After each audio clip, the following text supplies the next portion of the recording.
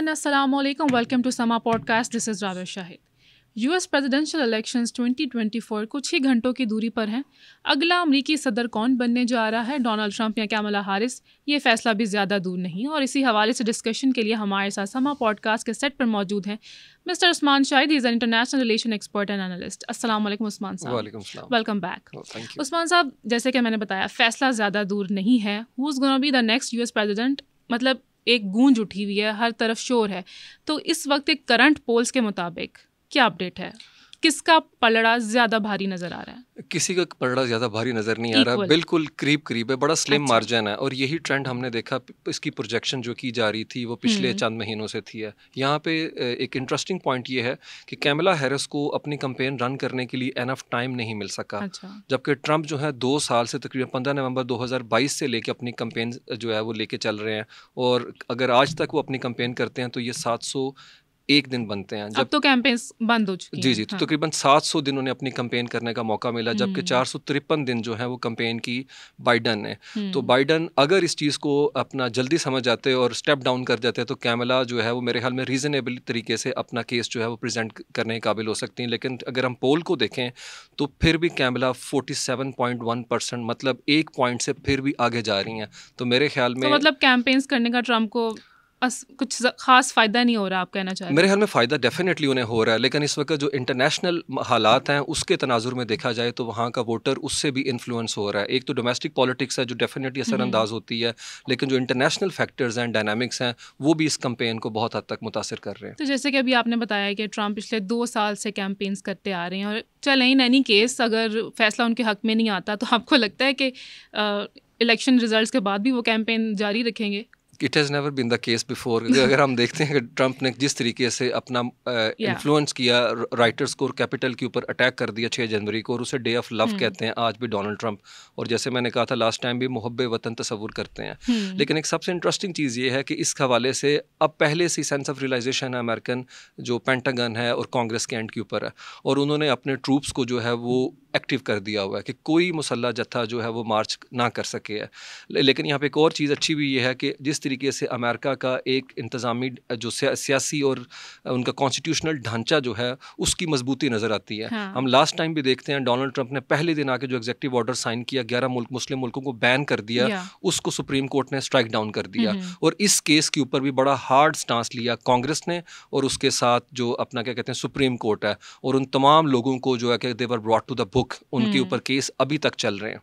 अच्छा, जब ट्रंप आते हैं वो अपने ही बंदों को फारिग कर देते हैं। हमने ऐसे बहुत सारी देखे भी हैं केसेस। तो जब उनके अपने लोग उनके साथ नहीं है, मतलब they have shifted the party, तो उस हवाले से आप क्या कहेंगे? बस वो ट्रंप के ऊपर यही अपना बहुत बड़ा जो अपना सवाल उठता है कि उनकी बाईपोलर पर्सनैलिटी है। एक तरफ में वो ग्रेट मैन और बड़े सुपरलेटिव डिग्रीज इस्तेमाल कर रहे होते हैं अपने लोगों के बारे में, और अपना the minute they find out कि वो कंफर्टेबल नहीं है और छोटी रीज़न की वजह से लोगों को फायर करना शुरू कर देते हैं। और सम टाइम उन्होंने ऐसे लोग फायर किए हैं जिनकी क्रेडिबिलिटी के ऊपर कोई अपना रिपब्लिकन पार्टी को शक नहीं था। फॉर इंस्टेंस उन्होंने जॉन बोल्टन को और अपना माइकल फ्लैन, जो दोनों उनके नेशनल सिक्योरिटी एडवाइजर थे की पोस्ट पे, दोनों को फायर कर दिया। और जो चीफ स्ट्रेटजिस्ट थे उनके स्टीव बैनन, उनको फायर कर दिया उन्होंने।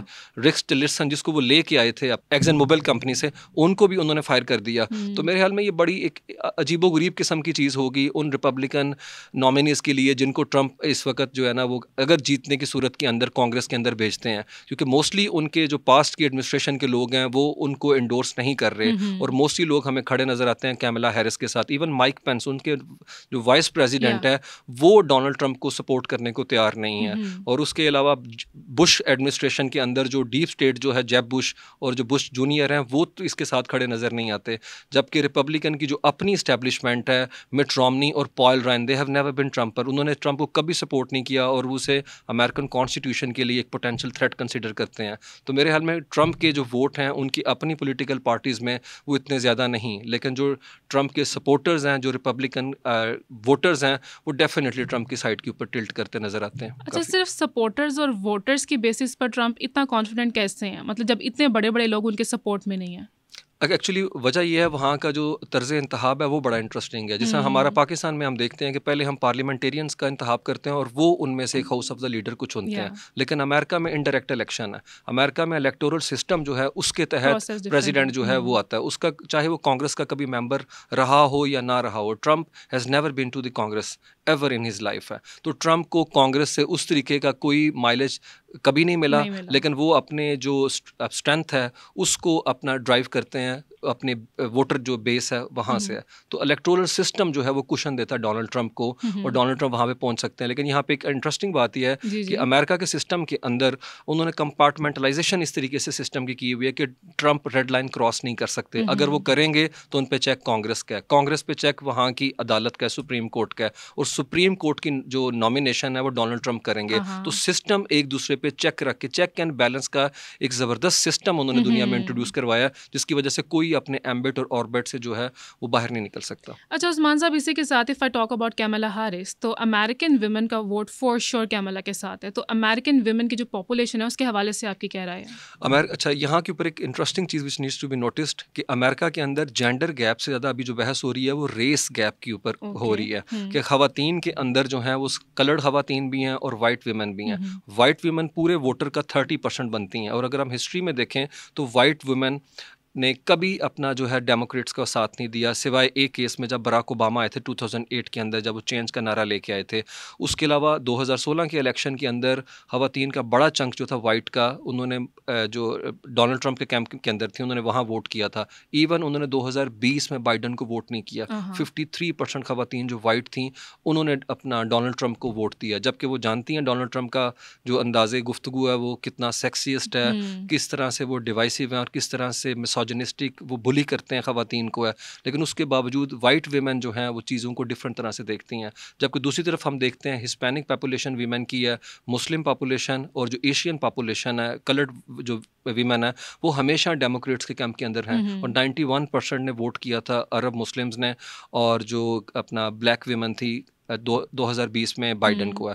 और अभी भी अगर हम ट्रेंड को देखें तो कैमला हैरिस जो हैं वो हिस्पैनिक वोट को, मुस्लिम वोट को, एशियन वोट को और ब्लैक वोट को तो डेफिनेटली वो अपना इस वक्त कंसोलिडेट कर चुकी हुई हैं। जबकि वाइट वीमेन की बात करें तो 2022 में जब से फैसला है सुप्रीम कोर्ट का अबॉर्शन के राइट को सस्पेंड सीज करने का, उसके बाद से ख़वातीन बहुत ज़्यादा इस चीज़ को महसूस करती हैं कि रिप्रोडक्टिव राइट्स की डिबेट में जितना बेहतर स्टांस इसका कैमला हैरिस का, डोनाल्ड ट्रंप का बिल्कुल भी नहीं। और डोनाल्ड ट्रंप अगर हम देखें कि ख़वातीन से मुतल्लिक उन्होंने भी 2-3 दिन पहले एक अजीबोगरीब बात की। उन्होंने कहा वेदर यू लाइक इट और not I will protect them. तो वो थ्रेट करते हैं ख़वातीन को कि मैं तुम्हें करूँगा। तो इतना अथॉरिटेरियन उनका जो रवैया है। तो वाइट ख़वातीन भी जो है ना, हमने रिसेंटली भी देखा, परसों 15,000 ख़वातीन ने एक मार्च किया, रैली किया वाशिंगटन DC में, और उसके अलावा दीगर शहरों में उन्होंने सिस्टर प्रोटेस्ट किए हैं। तो मेरे ख्याल में ख़वातीन जो है उनका झुकाव इस वक्त वाज़िया तौर पर डेमोक्रेट्स की तरफ है। और आई होप कि अमेरिका 248 साल के बाद आज उस जगह पर खड़ा है जहाँ ना सिर्फ वो पहली खातून सदर को मौका देंगे वाइट हाउस में पहुंचने का, बल्कि पहली विमेन ऑफ कलर को मौका मिलेगा। अच्छा उस्मान साहब, अभी आप बात कर रहे थे ट्रंप की पर्सनालिटी के बारे में। उनका जो इंटरनेशनल स्टांस है वो अनऑर्थोडॉक्स है, जबकि नेशनल स्टांस ऑर्थोडॉक्स है। और उनकी जो पर्सनालिटी है, जैसे कि अभी आपने बात की, थोड़ी सी डिवाइसिव है। तो अमेरिकन वोट इस वक्त देखते क्या है आप, किसकी तरफ ज़्यादा जा रहा है? नहीं, इसमें तो कोई शक नहीं, पर्सनैलिटी इशू तो डोनाल्ड ट्रंप, यूथ का, बेसिकली यूथ का वोट। जी, पर्सनैलिटी इशू तो डोनाल्ड ट्रंप के साथ हैं। He is not an comfortable person to be with. उनके साथ लोग कंफर्टेबल नहीं होते काम करने के हवाले से। और ये जो गैर रवायती उनका तर्ज सियासत है, उसकी रीज़न एक ये है कि वो कभी हमेशा पॉलिटिकल जो अपना क्या कहते हैं कॉन्स्टिट्यूंसी का पार्ट कभी नहीं रहे। उनकी पूरी माजी जो है वो बिजनेसमैन के तौर के ऊपर है, इसलिए वो उसी सोच के माइंडसेट के साथ जो है वो सारी चीज़ों को ऑपरेट करते हैं।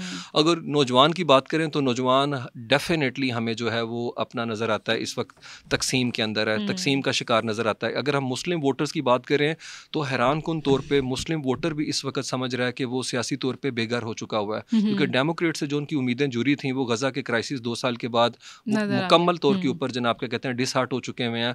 और मुस्लिम इवन पाकिस्तानी वोटर जो है वो बड़ा अपना हम देखते हैं हम कि अपना डिवाइसिव हो चुके हैं पाकिस्तानी। कुछ समझते हैं कि उनके आने से पॉलिटिकल पार्टी जो PTI है उनको फ़ायदा हो सकता है, जबकि दूसरे जो हैं उनकी अप्रोच जो है वो अपना अमेरिका के कॉन्टेक्स्ट के अंदर वो समझते हैं कैमला हैरिस जो है वो बेहतर पर्पस सर्व कर सकती हैं इमिग्रेंट्स के हवाले से है। तो मेरे ख्याल में जो नौजवान वोटर है वो भी अपनी चॉइसेस और प्रेफरेंसेस को ज़्यादा देख रहे हैं। उनके बारे में भी हम कोई ख़त्मी राय कायम नहीं कर सकते। अरब जो मुसलमान वोटर है वो चीज़ों को गज़ा के कॉन्टेक्स्ट में देख रहा है, जबकि पाकिस्तानी है वो इमिग्रेशन के कॉन्टेक्स्ट के अंदर देख रहे हैं, और जो ब्लैक हैं वो भी अपने राइट्स के कॉन्टेक्स्ट के अंदर देख रहे हैं।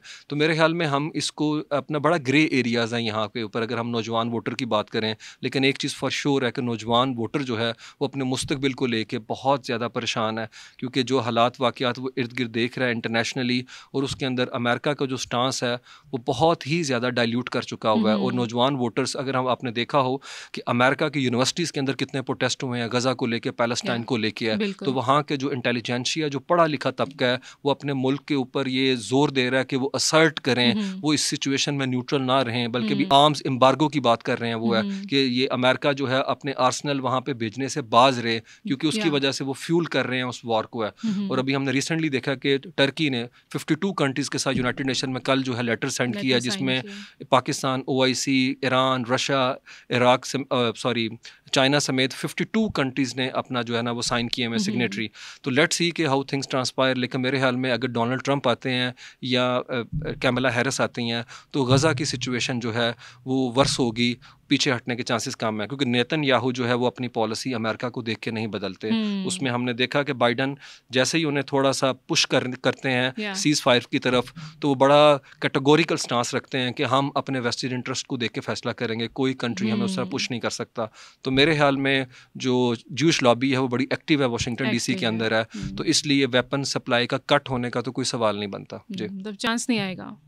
अच्छा, इसी के साथ what do you think about the migrants, उनका वोट किस तरफ है? क्योंकि आप जैसे कि अभी आपने रिसेंट बात की कि पाकिस्तानी मुस्लिम्स को तो लगता है ना कि किसी एक पाकिस्तान में सियासी पार्टी को रिलीफ मिल सकता है, लेकिन बाकी भी अमेरिका में मुस्लिम्स हैं, दूसरी कम्युनिटी से मुस्लिम हैं, टर्किश मुस्लिम्स हैं, इंडियन मुस्लिम्स हैं, तो उनका वोट किसकी तरफ है? जी, जो माइग्रेंट्स है वहाँ के ऊपर है, वहाँ पे भी दो किस्में माइग्रेंट्स, एक है इरेगुलर माइग्रेंट्स जो कि गैर कानूनी तारकीन वतन है, जबकि एक है रेगुलर माइग्रेंट्स है। दोनों का बड़ा कंसर्न है इस इलेक्शन को लेके है। जो रेगुलर माइग्रेंट्स है, जिसमें पाकिस्तानी भी तकरीबन 16 लाख से के करीब पाकिस्तानी वहाँ पे आबाद हैं, उनका सबसे बड़ा कंसर्न ये है कि ये जो माइग्रेशन है इसके अंदर जो टाइम है, वो टाइम लिमिट जो है वो एक्सीड करती जा रही है। कहीं पाकिस्तानी 7-7, 8-8 साल से ग्रीन कार्ड का वेट कर रहे हैं और वेटिंग लिस्ट में है, और अभी जो पाकिस्तान से जाना चाह रहे हैं उनको भी महीने नहीं साल हो गए हैं इस हवाले से। तो वो कंसर्न शो कर रहे हैं कि इस पूरे प्रोसेस को एक्सपर्डाइट किया जाए, जो भी नई पॉलिसी आए, और डेफिनेटली वो पॉलिसी रीज़नेबली जो नज़र आती है वो हमें कैमला हैरिस के एंड के ऊपर नज़र आती है। अच्छा, डोनाल्ड ट्रंप की बात की जाए तो गैर कानूनी तारकीन वतन के हवाले से उनका बड़ा हार्श स्टांस रहा है, और इवन मुस्लिम बैन के हवाले से वो बात करते हैं। मुस्लिम बैन की जब हम बात करते हैं तो उसमें लीगल मुस्लिम माइग्रेशन की बात भी हम कर रहे हैं, उसके ऊपर भी उनका स्टांस बड़ा सख्त है, और उन्होंने कहा मैं स्ट्रॉन्गेस्ट वर्जन ऑफ बैन के साथ सामने आऊँगा। तो ये चीज़ कॉन्स्टिट्यूशनली भी और मुसलमानों के लिए भी बहुत अलार्मिंग है। जबकि गैर कानूनी तारकीन वतन के हवाले से उनका मौक़िफ़ ये है कि आना तो दूर की बात, जो यहाँ पे गैर कानूनी तारकीन वतन रह रहे हैं उनको मैं हर सूरत के अंदर से यहाँ से बाहर फेंकूँगा। तो मेरे ख्याल में ये पार्लेंस जो है ये किसी सूरत में काबिल कबूल नहीं है, क्योंकि वो अब अपने बच्चे उनके वहाँ पर पैदा होकर जवान हो चुके हुए हैं, तो वो लोग भी बड़े डरे हुए इस हवाले से। और यहाँ पर एक इंटरेस्टिंग चीज़ बताना यह कि अमेरिका एक इमिग्रेंट्स का मुश्तमिल कंट्री है, उन पे मुश्तमिल कंट्री है, और इसकी बेस जो है वो अपना इमिग्रेशन के ऊपर है, और एक मेल्टिंग पॉट इसे तस्वुर किया जाता है। लेकिन आज का अमेरिका उतना ज़्यादा जो है इमिग्रेंट्स के हवाले से जो है वो अपना रीज़नेबल जो है प्रपोजिशन ऑफ़र नहीं करता। तो मेरे ख्याल में माइग्रेशन जो है या इमिग्रेंट्स रिफ्यूजीज़ का मसला जो है वो मुस्तकबिल में भी डिबेट का बहुत बड़ा हिस्सा है, और डोनाल्ड ट्रंप इसमें माइलेज इसलिए हासिल कर पा रहे हैं क्योंकि वहाँ का जो नेटिविस्ट वोटर है इसका, रिपब्लिकन का स्पेशली, वो ये समझता है कि ये बाहर से आके हमारी जॉब्स के ऊपर जनाब क्या कहते हैं कब्जा कर चुके हुए हैं, और हमें वो स्पेस नहीं मिल पा रही जो कि हमें मिलनी चाहिए। तो एक नेशनल प्राइड का जो एलिमेंट है वो डोनाल्ड ट्रंप के साथ है, जिसकी वजह से अमेरिका उन्हें ल्योर करने में कामयाब हुए हैं कि makes America great again. Well, thank you so much, Usman Saab, for joining us. So, I think not even America, people worldwide are excited for the results. Let's see कि क्या नेताई सामने आते हैं। कैमला हैरिस जीतती हैं Donald Trump, ये देखना बहुत दिलचस्प होगा। इसी के साथ हमें दीजिए इजाज़त, आपसे मुलाकात होगी नेक्स्ट पॉडकास्ट में। तब तक के लिए बाय बाय।